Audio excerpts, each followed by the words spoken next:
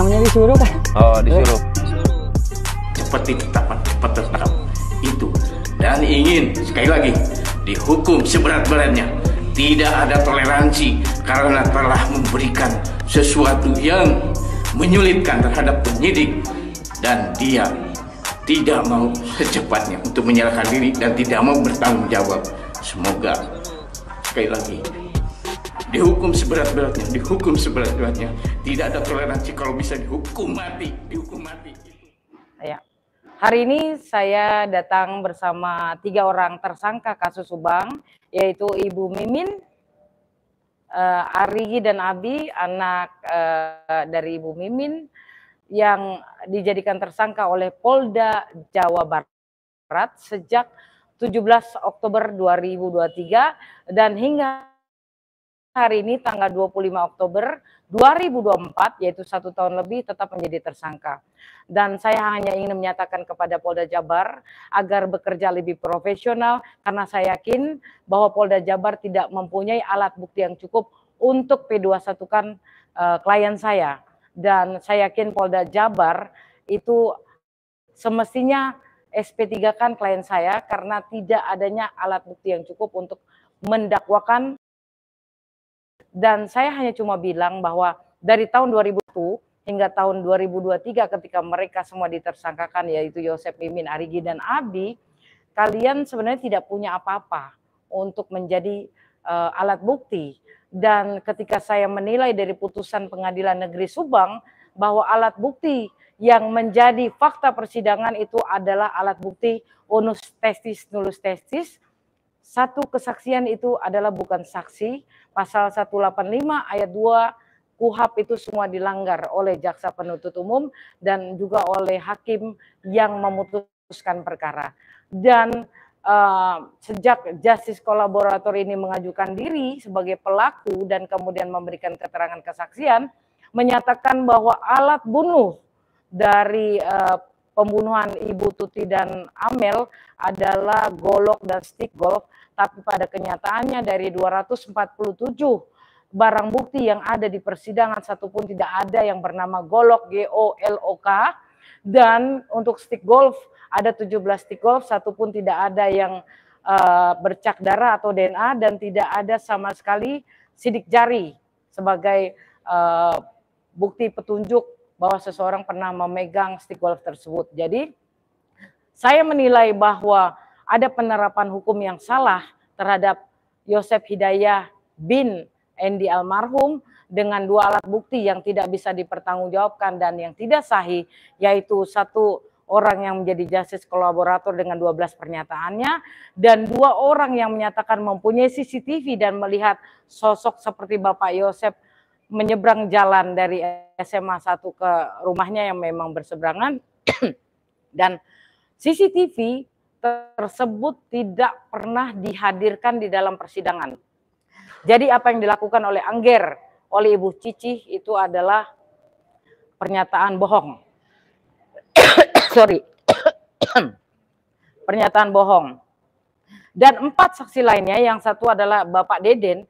Bapak Deden menyatakan bertemu dengan almarhum Ibu Tuti dan almarhum Neng Amel di depan rumahnya bersalaman. Pada saat di dakwaan dia bilang jam 20, kemudian bersalaman, ngobrol dengan Pak Yosep di dalam rumah sampai 20.30. Tapi pada saat fakta persidangan mengatakan 19.30 bertemu Neng dan Ibu Tuti bersalaman dan berjumpa dengan Bapak Yosep dan mengobrol dari 19.30 sampai 19.40. Dan itu keterangan dari Bapak Deden menyatakan atas dasar pertimbangan hukum hakim, Pak Yosep berada di TKP sejak 19.30 di tanggal 17 Agustus 2021. Dan kemudian ada 3 keterangan saksi lainnya, yaitu Novi, kemudian Wegis, Ilham, itu menyatakan lewat TKP.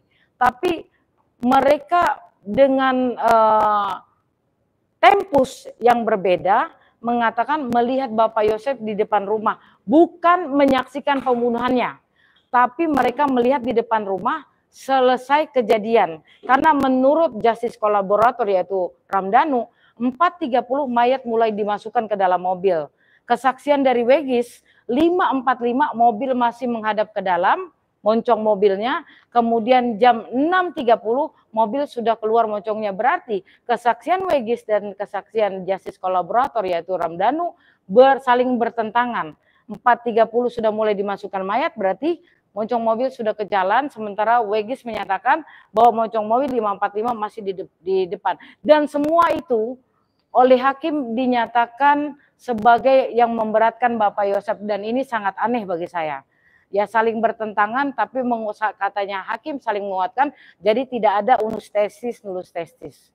Dan yang paling mengenaskan lagi adalah satu lagi alat bukti, selembar kaos Bapak Yosep dengan 5 titik noda darah, bukan bercak ya, 5 titik noda darah, contoh, sapu lidi dipotek, kemudian dicocol darah, kayak seperti ditempelin 5 titik.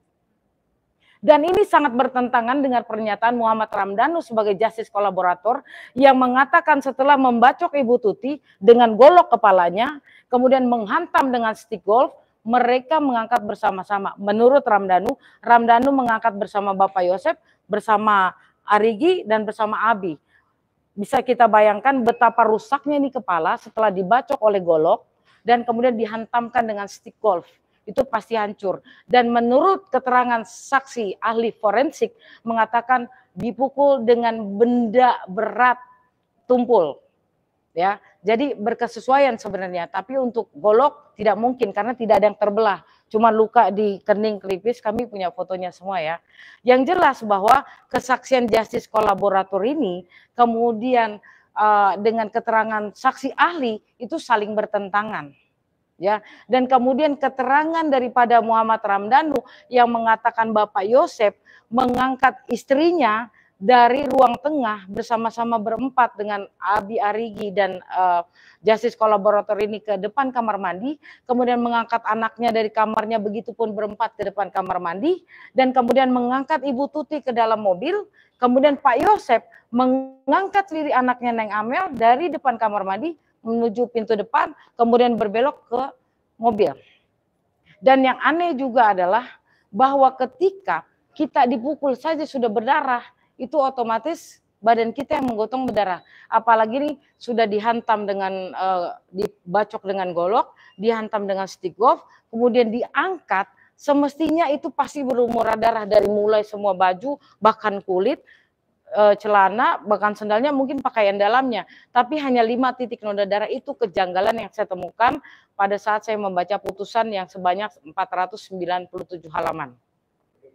Kejanggalan yang ditemukan ini berarti untuk saat ini ketiga tersangka yang dilakukan itu plus pidana Pak Yosep itu mengajukan kasasi atas perkara. Ya, memang kedatangan saya pada saat kasasi. Pada saat itu saya punya waktu cuma 4 hari. Waktu 4 hari sampai kalau saya dalam waktu 4 hari tidak membuat memori kasasi atau mengajukan kasasi, Pak Yosep itu otomatis ingkrah. Karena banding otomatis ingkrah dalam 4 hari.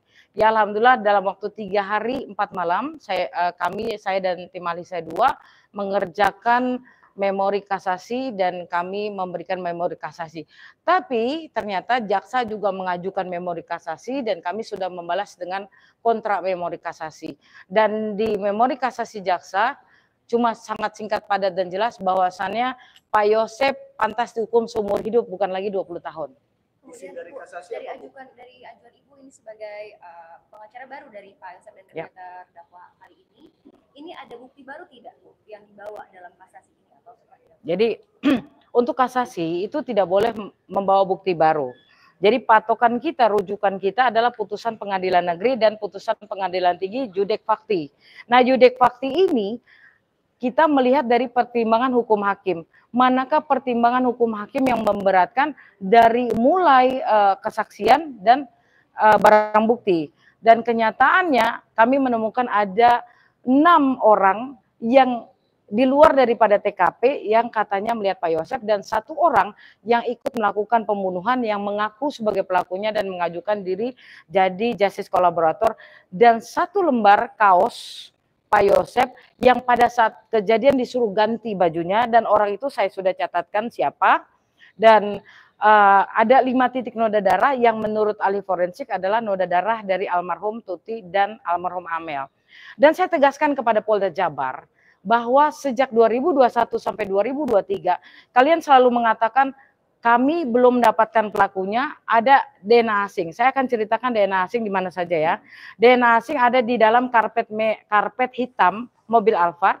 Kemudian DNA asing ada di papan cucian penggilesan dan DNA asing ada di baju dari justice kolaborator alias saksi Ramdhanu. Jadi DNA asing ada di 3 tempat. Dan sampai 2023 itu tidak dicari, cuma sedang mencari. Yang harus dilakukan oleh Polda Jabar semestinya adalah mencari sampel darah.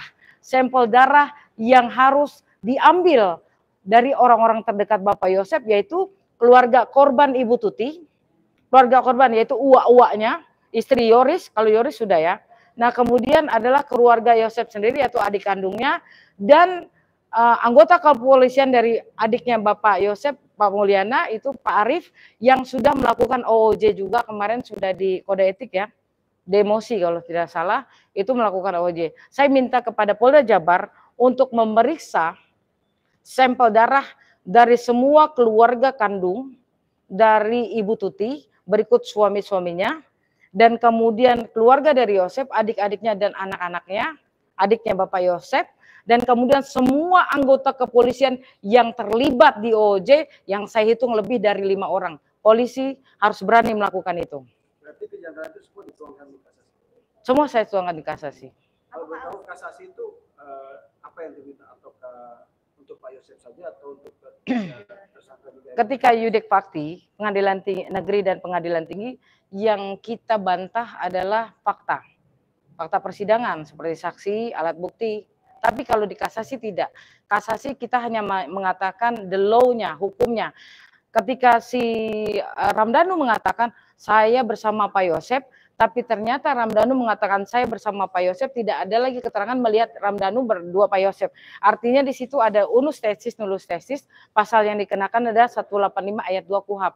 Berarti yang dilanggar oleh Ramdhanu seperti itu. Jadi kalau di kasasi kita menerangkan hukumnya, bahwa hukumnya tidak seperti itu. Dan alat buktinya itu harus sesuai dengan putusan MK.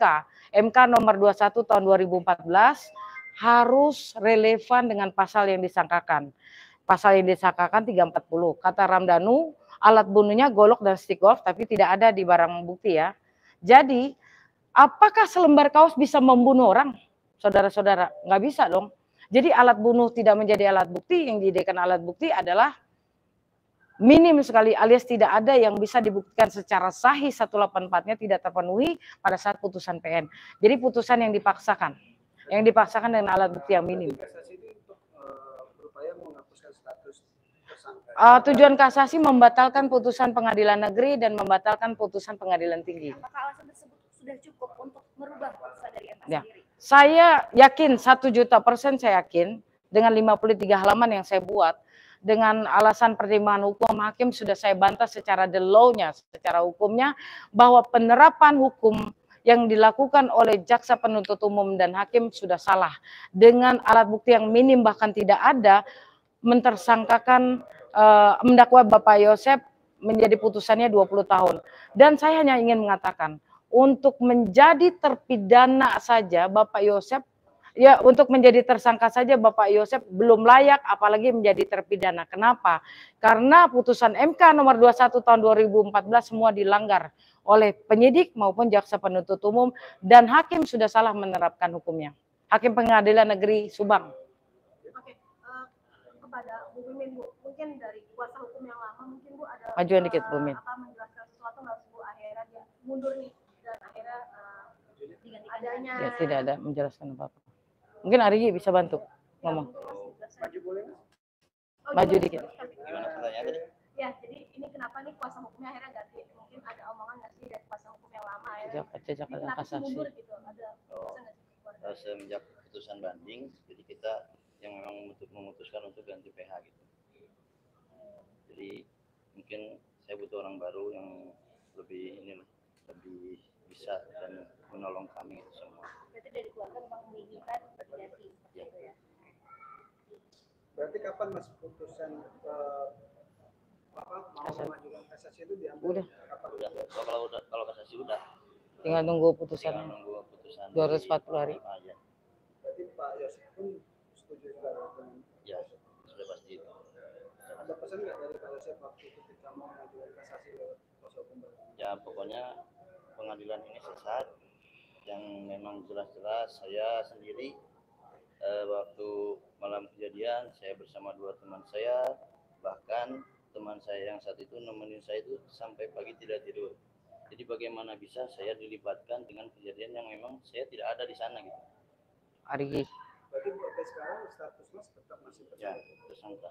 Belum tahu kapan harus disidang atau Tidak tahu. Karena kalau Polda punya 2 alat bukti mungkin saya sudah di dalam ya sama ibu dan adik saya. Makanya saya kenapa sekarang bertiga berada di luar, ya mungkin mereka tidak punya alat bukti yang cukup.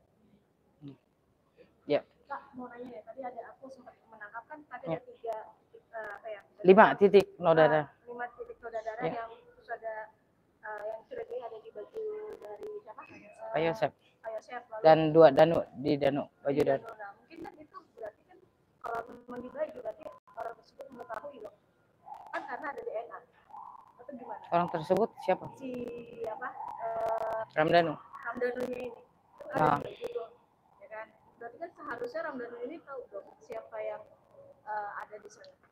Saya pikir Ramdhanu ini adalah ketika mengajukan justice kolaborator, dia adalah utusan dari seseorang untuk mengajukan justice kolaborator agar kasus ini segera selesai. Siapa seseorang itu? Nanti akan saya ungkap ketika Yosef, Bu Mimin, Arigi dan Abi sampai di P21 kan atau disidangkan. Mungkinkah ini orang terdekat mungkin dari keluarga? Orang sangat dekat sekali. Berarti keluarga- Tanya motif dong. Motifnya seperti apa? Atau Oke. mungkin karena warisan atau apa? Teman-teman pemerhati Subang, itu salah satu di belakang Mbak Via ya, mereka semua menyangka motifnya adalah yayasan, motifnya uang, dan motifnya pelakor, serta satu lagi warisan. Tapi saya menentang arus, motifnya bukan itu. Motifnya adalah persoalan harga diri, nama baik, dan kehormatan seseorang. Sehingga membunuh, bukan membunuh lagi ya, membantai Ibu Tuti. Kalau Neng Amel itu di waktu yang salah dan di tempat yang salah ikut terbunuh. Apa mungkin karena sakit hati kan jadi akhirnya muncul niatan untuk membunuh Amel dan akhirnya ingin sengaja menjatuhkan dari Pak Yosef ini kan? Silakan Mbak jawab sendiri aja. Karena saya sudah bilang adalah kehormatan, harga diri, dan nama baik dari seseorang yang tidak mau sebagai pelaku dia terungkap. Dan ini bisa saya buktikan dengan adanya YouTuber yang selalu menyerang saya hampir setiap hari, framing saya, body shaming saya, dan saya heran dan bingung kepada para YouTuber Subang. Saya harusnya kalian lawannya adalah Polda Jabar dan juga jaksa penuntut umum. Kenapa saya dijadikan lawan kalian? Karena tujuan saya adalah memberikan kepastian hukum, mencari keadilan, memberikan kemanfaatan hukum, tapi kalian menyerang saya berarti ada sesuatu kepentingan, walaupun kalian bilang bukan kepentingan kalian, ada kepentingan yang kalian bawa, dan itu ada kepentingan pelaku yang sebenarnya. Dan mohon diingat bahwa pelaku sebenarnya masih berkeliaran di luar sana dan ini sangat membahayakan. Berarti bukti-bukti sudah ada sehingga memang ditunggu sampai P21. Saya hanya mau mengatakan bahwa bukti yang menjerat klien saya yaitu Pak Yosef dipidana hingga 20 tahun dan Bu Mimin, Arigi dan Abi itu bukti yang disesatkan, bukti yang mengada-ngada dan sangat minim bukti. Sehingga saya hanya bisa mengatakan pelaku masih berkeliaran di luar sana dan saya sekali lagi mengatakan Polda Jabar harus berani ya untuk mengambil sampel darah dari orang-orang terdekat Ibu Tuti, orang-orang terdekat dari Bapak Yosef, dan juga petugas kepolisian dari Bapak sendiri, baik dari Polsek Jalan Cagak, Polres Subang, dan juga Polda Jabar sendiri, tolong diambil sampel darahnya dan nanti kita akan ketahui siapa pelaku sebenarnya. Silakan rekan tambahannya. Ini rekan saya, Saudara Yandri, rekan sejawat saya, silakan. Yang lain aja. Yang apa? Ya, jadi karena lebih berfokus ke kasasi. Kita sudah ajukan kasasi untuk itu. Kita berharap bahwa Mahkamah Agung adalah representasi dari penegakan hukum sebagai koreksi juga untuk memeriksa putusan PN maupun PT yang sudah diajukan benar atau belum benar, sehingga butuh pembenaran di Mahkamah Agung nanti. Untuk itu kita harapkan bahwa Mahkamah Agung sebagai representasinya kita mohon supaya Mahkamah Agung memutus melihat dari pada putusan yang baik dari tingkat PN maupun PT. Untuk itu diharapkan diputus adil-adilnya. Saya berharap Mahkamah Agung menggunakan kewenangannya mengkoreksi putusan pengadilan negeri dan pengadilan tinggi yang sudah saya jelaskan di awal, penerapan hukumnya sudah salah. Bagaimana kesaksian seseorang yang tanpa didukung oleh saksi lainnya dan tanpa didukung oleh petunjuk dijadikan pertimbangan hukum hakim yang memberatkan klien saya Yosef Hidayah bin Endi almarhum.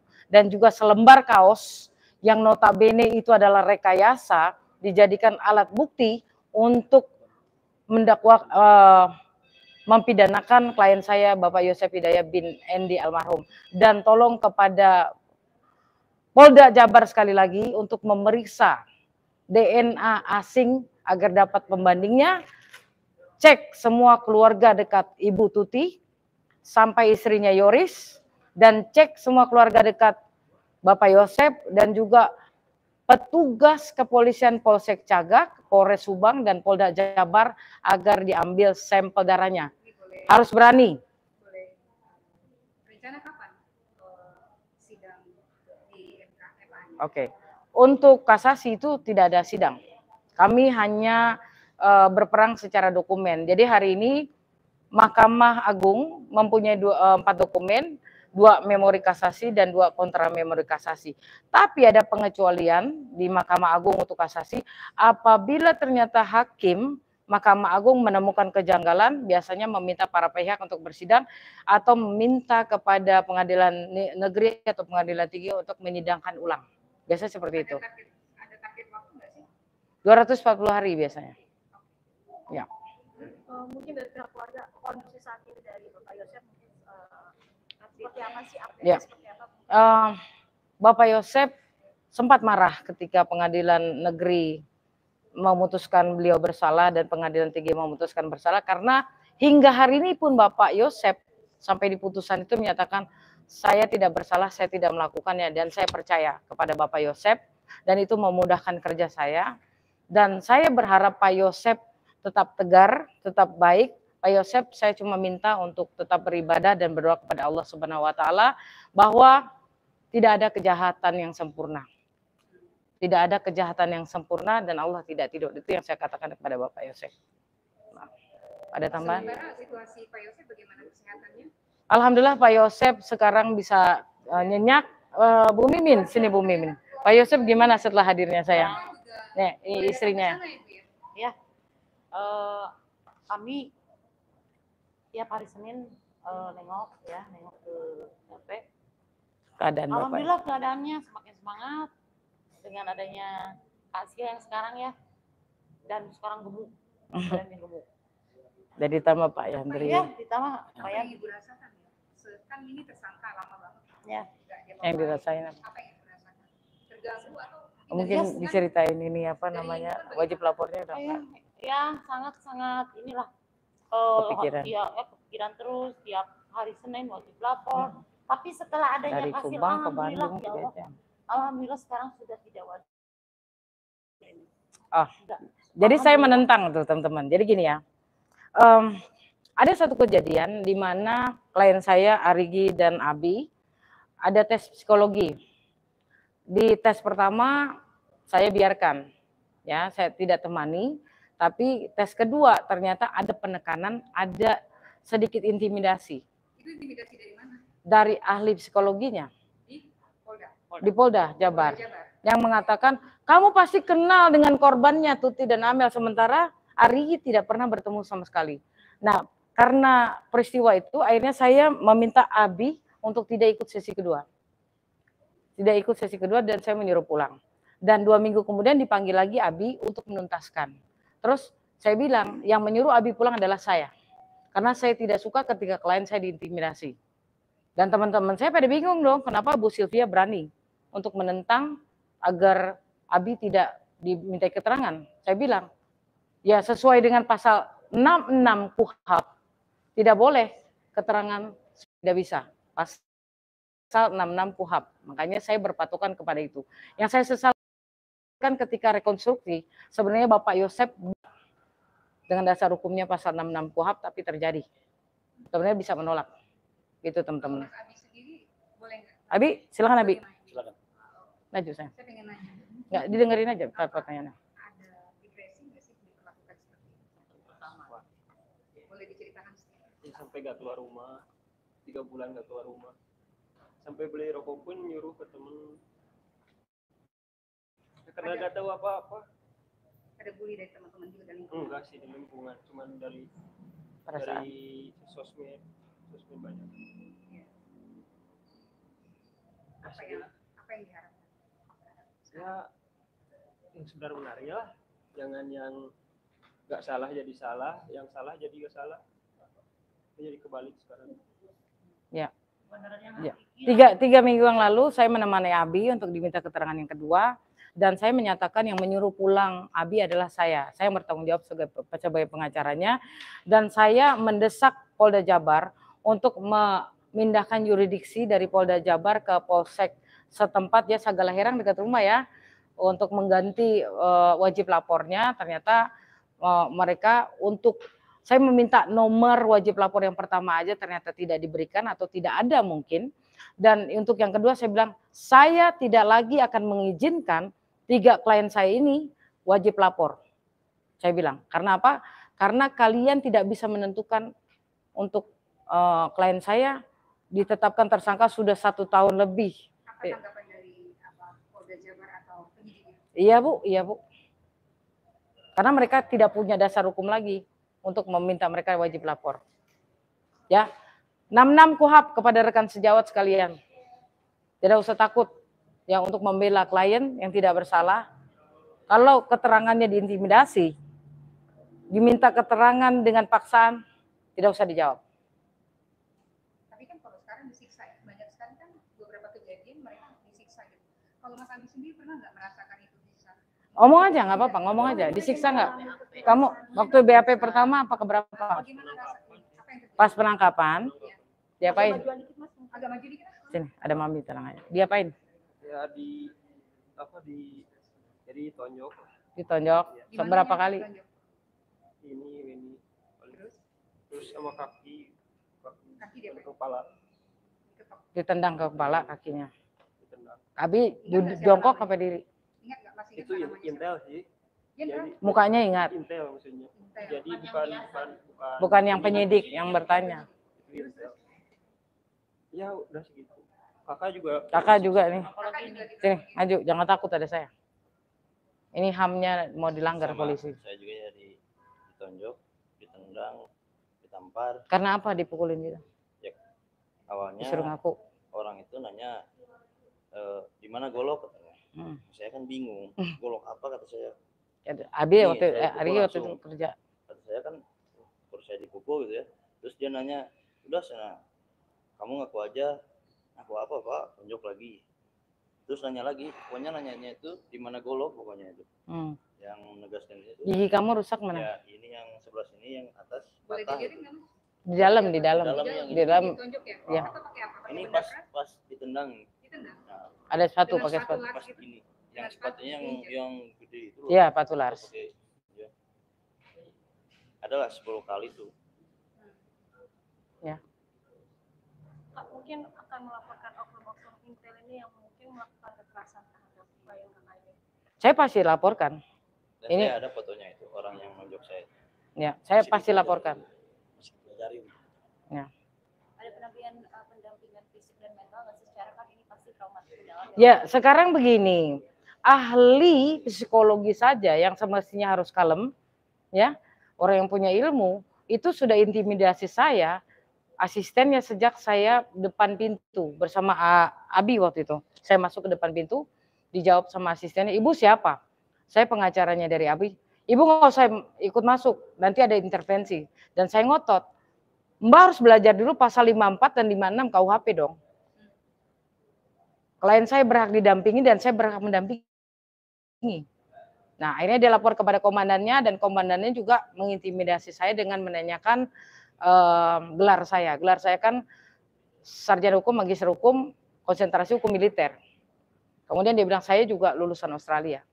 Sungguh sombong sekali.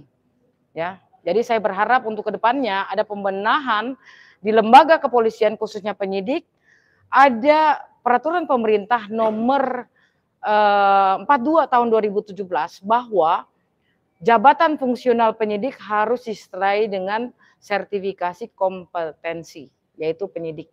Tolong itu dibenahi, Bapak Kapolri, Bapak Presiden benahi. Terima kasih. Boleh nanya satu lagi Ya. Bagaimana dengan pernyataan Pak Prabowo kemarin ketika dilantik bahwa supremasi hukum di Indonesia itu mesti diperbaiki dari kepolisian, kejaksaan, sampai ke hakim gitu. Ya. Kalau Ibu Sri sendiri apa yang Ibu harapkan, terutama kan Ibu sudah membuat mengawal kasus keluarga Pak Yosef ini gitu. Ya.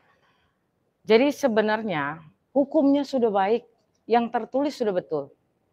Tapi penegak hukumnya yang diharapkan bisa memberikan keadilan kepada masyarakat, justru kebanyakan malah menjerumuskan masyarakat.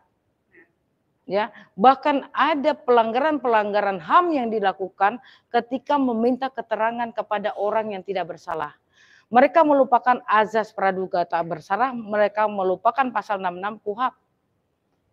Banyak sekali yang dilanggar. Terus ada yakin memiliki kekuatan untuk melawan itu, kalau misalnya dari kepolisian kan gede gitu. Ada nggak? Saya takut. Oh ya, saya sudah hibahkan nyawa dan badan saya kepada Allah Subhanahu wa taala dan kepada bangsa dan negara Indonesia ini. Banyak kejadian banyak. Saya menjadi pengacara karena saya melihat sendiri di depan mata saya orang main culik, orang main pukul saja. Sehingga saya menjadi pengacara. Itu. Dan saya berharap tidak ada lagi intimidasi dan pemukulan terhadap orang baik itu bersalah atau tidak. Kalau belum ketok palu hakim harus ada azas praduga tak bersalah. Termasuk ada salah satu saksi yang juga diintimidasi atau bagaimana? Ya, ada teman saya itu. Temannya Arigi gimana? Yang nemenin saya waktu malam kejadian di tempat saya bekerja, dia itu diinjak sama diintimidasi lah intinya. Injaknya gimana, Bi? Injakan. Kepalanya? Ini nih, ini diginiin. Oh, gimana Pak? Mungkin boleh. Kepalanya buang ke kepala ke sini nih. Tapi dia tuh naik sambil nanya tuh dia gini nanyanya. Oh, di pahanya. Ya, ke paha gitu, naik ke paha. Ya. Itu teman saya waktu itu umurnya 16 tahun. Ya, saya berharap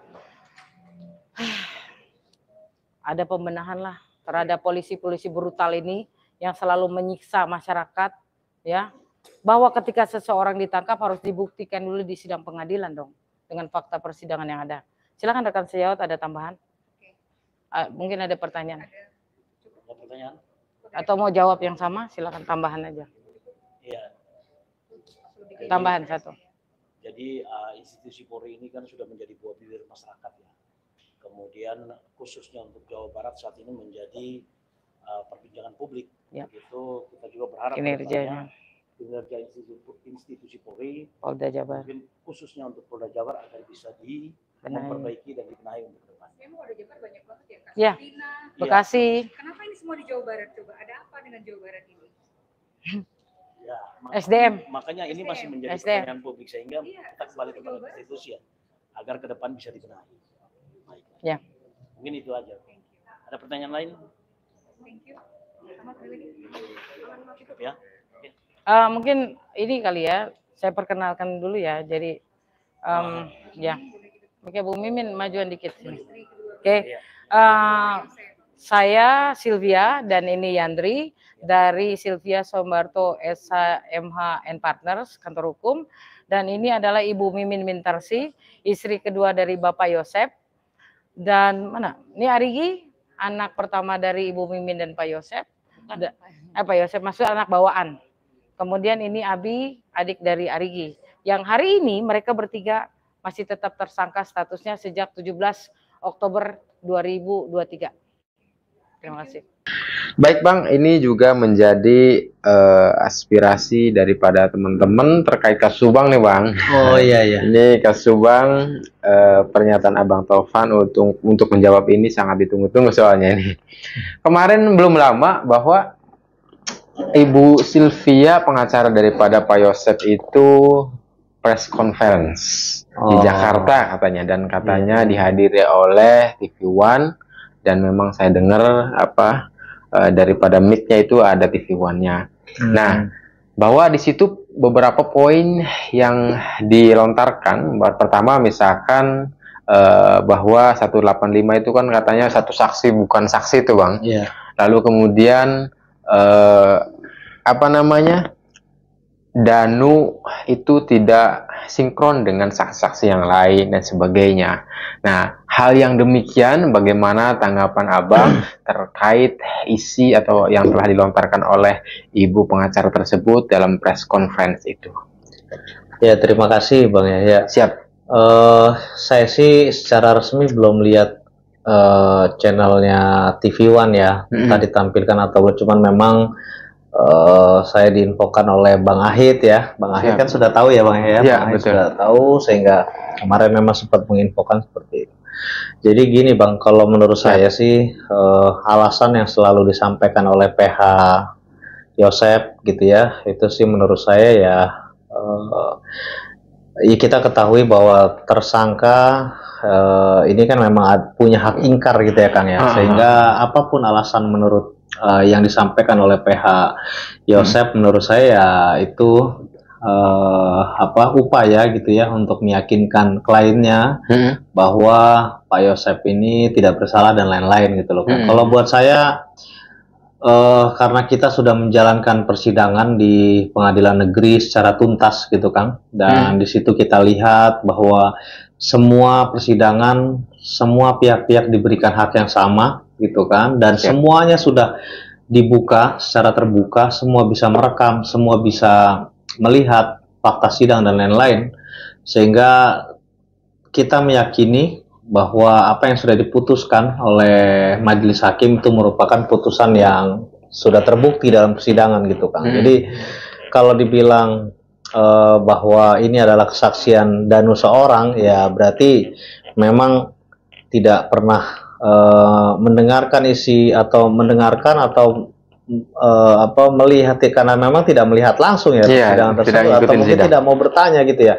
bahwa persidangan kemarin itu saksi yang dimajukan hadirkan oleh jaksa itu bukan Danu saja kan gitu, dan semuanya itu berkesesuaian kok.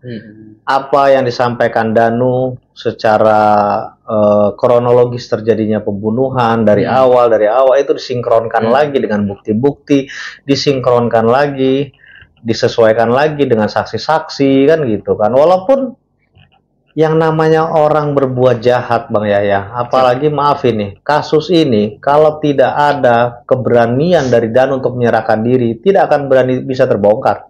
Kan gitu kan. Artinya sederet bukti-bukti saksi-saksi yang sudah dikumpulkan sama penyidik itu jadi 100% ketika Danu berani menyerahkan dirinya gitu loh. Tetapi jadi pelaku itu pasti sudah menyiapkan strategi yang luar biasa agar kasus ini tidak bisa terbongkar. Jadi jangan aneh kalau golok tidak ditemukan, ya kan? Stick golok tidak ditemukan, itu kita juga nggak usah aneh. Tetapi kan dalam persidangan sudah digali. Golok hilang, tetapi bentuk luka seperti apa ada saksi ahli yang menerangkan. Golf hilang, stick golf ada saksi ahli-ahli yang dihadirkan yang kurang lebih menggambarkan bahwa kedua almarhumah ini dieksekusi menggunakan golok dan stick golf gitu loh. Jadi kalau buat kami sudah tuntas Bang ya. Artinya terlepas mereka mau meragukan hasil putusan, silakan saja, toh mereka sudah banding.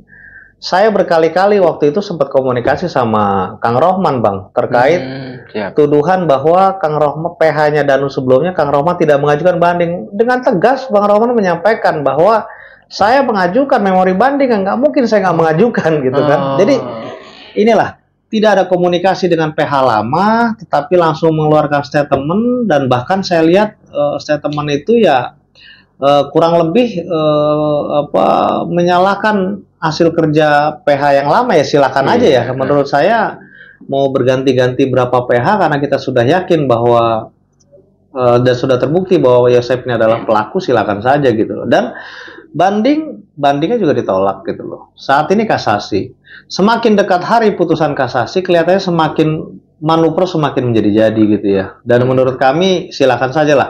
Yang terpenting kan sekarang tugas kami, Bang Yahya, sebagai kuasa dari Danu sudah inkrah. Danu tidak banding. Danu sudah menjalani hukuman.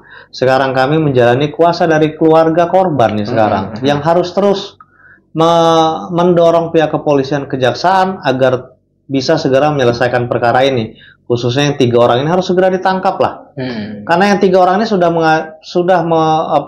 pernah menggugat di pra-peradilan. Permohonan pra-peradilan sudah diajukan gitu ya, dan tolak. Dan hasilnya ditolak untuk seluruhnya gitu. Sehingga kita berharap perkara ini bisa segera tuntas. Berkas dilimpahkan, mereka semua ditangkap sehingga mereka bisa segera disidangkan. Di situ nanti kita buktikan, gitu Bang ya. Apakah mereka ini terlibat atau tidak kan gitu. Kalau kami sih sudah meyakini karena saksi-saksi yang dihadirkan di persidangan pada saat Danu maupun Yosep itu semua rata-rata hampir seluruhnya ada yang melihat bahwa di situ ada Abi, ada Arigi dan lain-lain gitu. Jadi kita meyakini lah bahwa, dan terlepas itu kami juga meyakini bahwa kasasi dari pihak Yosep pasti ditolak gitu ya. Kami yakin sekali lah, kami berkeyakinan karena satu, kami sudah ada patokan di pengadilan negeri, terus habis itu dibanding, dan kita dengar bahkan jaksa kasasi pula lagi kan gitu. Sehingga saya yakin kasasinya jaksa juga pasti lebih memberatkan kan gitu. Gitu Bang Yahya. Nah itu dia Bang, memang yang menjadi greget netizen itu sudah menjadi tersangka kok belum ditangkap. Pertama, kedua, akhirnya ini dijadikan sebagai dasar argumentasi oleh mereka bahwa kalau memang sudah memenuhi 2 alat bukti ya tangkap aja. Apa kita butuh menyerahkan diri? Kalau berani tangkap aja, kira-kira begitu. Sampai ada bahasa begitu. Artinya bahwa mereka lebih menegaskan ini adalah kurang 2 alat bukti tadi Bang. Nah itulah kemudian yang menjadi dasar mereka sih Bang. Iya. Iya. Kami juga berpikiran yang sama Kang, bahwa pertanyaan dalam diri kami juga kenapa sih sudah tersangka tapi belum ditangkap gitu ya. Tetapi dari sisi hal yang positif kami berpikir bahwa membongkar kasus Subang ini rumit sekali gitu loh Kang. Kenapa rumit? Karena itu tadi ada oknum yang melakukan pengaburan. Disitulah ada kasus obstruction of justice-nya ada gitu kan. Belum lagi kasus yayasan yang menurut kami malah sejak awal itu benang merah itu ada di yayasan itu. Gitulah. Sebab kenapa ini terjadi pembunuhan ya cikal bakal itu karena yayasan. Kenapa yayasan ya? Karena mereka hidup dari yayasan semua kan gitu kan. Dari awal yayasan dipegang sama Pak Yosep dan Bu Mimin, kesini tiba-tiba sudah berubah jadi korban kan gitu kan. Pasti situasi ekonomi pasti berubah gitu loh Pak. Jadi itulah menurut kami gitu ya, setelah kami gelar dan teman-teman, memang saya yakin penyidik juga mengalami kesulitan sudah bisa membongkar sampai tahapan ini sudah luar biasa Kang. Tetapi insya Allah nggak lama lagi lah Kang, karena saya yakin sudah telak kok sudah sangat jelas gitu ya waktu ditelak lagi kita karena habis ngelihat debat Betawi Gubernur DKI kan, jadi agak-agak Betawi. Nah sudah sangat jelas di persidangan bahwa misalnya contoh kayak Abi itu terlihat jelas kok Kang, gitu loh. Tetapi kan mungkin saya yakin jaksa sama polisi tidak mau teledor karena mereka yakin bahwa pola yang dibangun dalam kasus Subang ini dengan penuh rekayasa. Jadi mereka juga tidak mau teledor, mereka juga tidak mau ini ada celah kelemahan-kelemahan dari mereka gitu, karena mereka sudah kerja bakti Kang. bagaimana caranya untuk mencari bukti, apalagi grup penyidik Polda ini sudah sekian kali perubahan, perpindahan kan ya. Betul. Dari Polsek, Polres, Polda, balik Polres, balik Polda lagi. Nah, yang terakhir nih. Gitu loh. Jadi memang rumitnya, sukarnya luar biasa. Tetapi kita selaku orang atau masyarakat pemerhati kasus Subang yang kita memang benar-benar kasus ini terbongkar, kalau saya luruskan niat saja bahwa kasus ini kita niatkan, kita doakan dan dorong terus agar bisa terbongkar gitu kan. Bisa tuntas, karena di luar dari manuver-manuver ini, kalau saya terus mendoakan agar almarhumah ini benar-benar bisa tenang di sana dan kasus ini bisa segera terbongkar gitu kan, karena sudah tinggal beberapa langkah lagi lah gitu kan. Nah, selanjutnya nih Kang, kemarin agak ramai juga terkait ditangkapnya 3 hakim dan bahkan itu merembet juga ke pengacara. Pengacaranya kena menjadi mediator untuk ke MA itu Pak. Bahkan ex MA pun ditangkap juga oleh Kejagung. Nah, ada sebuah kekhawatiran sekali oleh netizen bahwa kasus Subang ini kan sangat rumit, tadi dikatakan Abang juga, kemudian ada OJ juga memang di skenariokan dari awal, apalagi kemudian sekarang proses kasasi dan sebagainya, sedangkan posisi MA dicurigai oleh banyak masyarakat itu kan seperti kasus ini, kasus 3 hakim yang dibebaskan akhirnya kena juga. Nah, artinya MA itu kan sekarang lagi dalam posisi mosi tidak percaya oleh netizen gitu ya karena kasus ini. Nah, kekhawatirannya adalah ini lagi kasasi, jangan-jangan apakah kasus Subang juga sama ada kaitannya dengan itu, sehingga maksudnya gini, prosesnya jangan-jangan ada upaya permainan begitu, kira-kira begitu Bang, gimana Bang? Iya, ini kan teorinya yang biasa bermain begini kan pasti yang dirugikan atas putusan hakim gitu. Jadi ya kita sah-sah saja, kita berpikiran yang sama bahwa jangan sampai nih untuk bebas untuk apa itu melakukan manuver seperti yang dilakukan di Surabaya kan gitu kan. Tapi kita malah bersyukur Kang, patut bersyukur di luar kekhawatiran dengan adanya Surabaya terjadi begini, ya saya yakin Mahkamah Agung akan tegak lurus gitu ya, tidak berani lah, apalagi kasus Subang ini hanya satu keluarga yang memiliki ambisi harta, tahta, wanita gitu kan, sampai harus bermain ke Mahkamah Agung lah gitu. Tapi ya kita sebagai masyarakat dan pemerhati kasus Subang kita dukung sekali untuk kita wanti-wanti jangan sampai Mahkamah Agung melakukan hal yang sama, dipraktekkan kan gitu ya, yang dilakukan oleh oknum-oknum hakim di pengadilan Surabaya dilakukan juga di Subang, sehingga mungkin ya terdakwanya bebas atau makanya gitu. Itu Bang kekhawatirannya. Tapi kami Kang, alhamdulillah kami juga mengabarkan pada hari Senin kemarin gitu ya, tapi mungkin kita tidak bisa open isinya. Tanggal hari Senin kemarin itu kita sudah berkirimkan surat gitu ya, kita kirimkan surat karena kami yakin di pemerintahan Pak Prabowo hari ini beda jauh gitu ya dengan pola-pola sebelumnya, sehingga penegakan hukum ini benar-benar menjadi satu keunggulan, program keunggulan Pak Prabowo agar penegakan hukum bisa tuntas gitu ya, koruptor,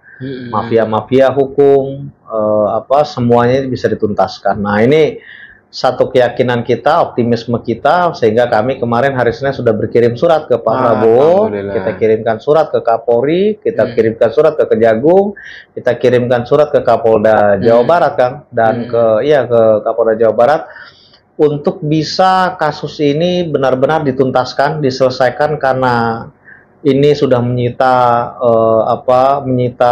banyak masyarakat bahkan dari dalam negeri maupun luar negeri gitu ya, sehingga kasus ini harapan kita segera dituntaskan karena sudah ada proses peradilan yang berjalan, tinggal 3 tersangka ini, dan di situ juga kita masukkan untuk permohonan kita mempercepat proses pemeriksaan yayasan, karena yayasan ini menjadi sumber, menurut kami menjadi sumber masalah, dan yayasan ini melakukan praktek pencairan dana BOS yang notabene murid-muridnya fiktif Kang, sehingga ini akan jadi presiden buruk bagi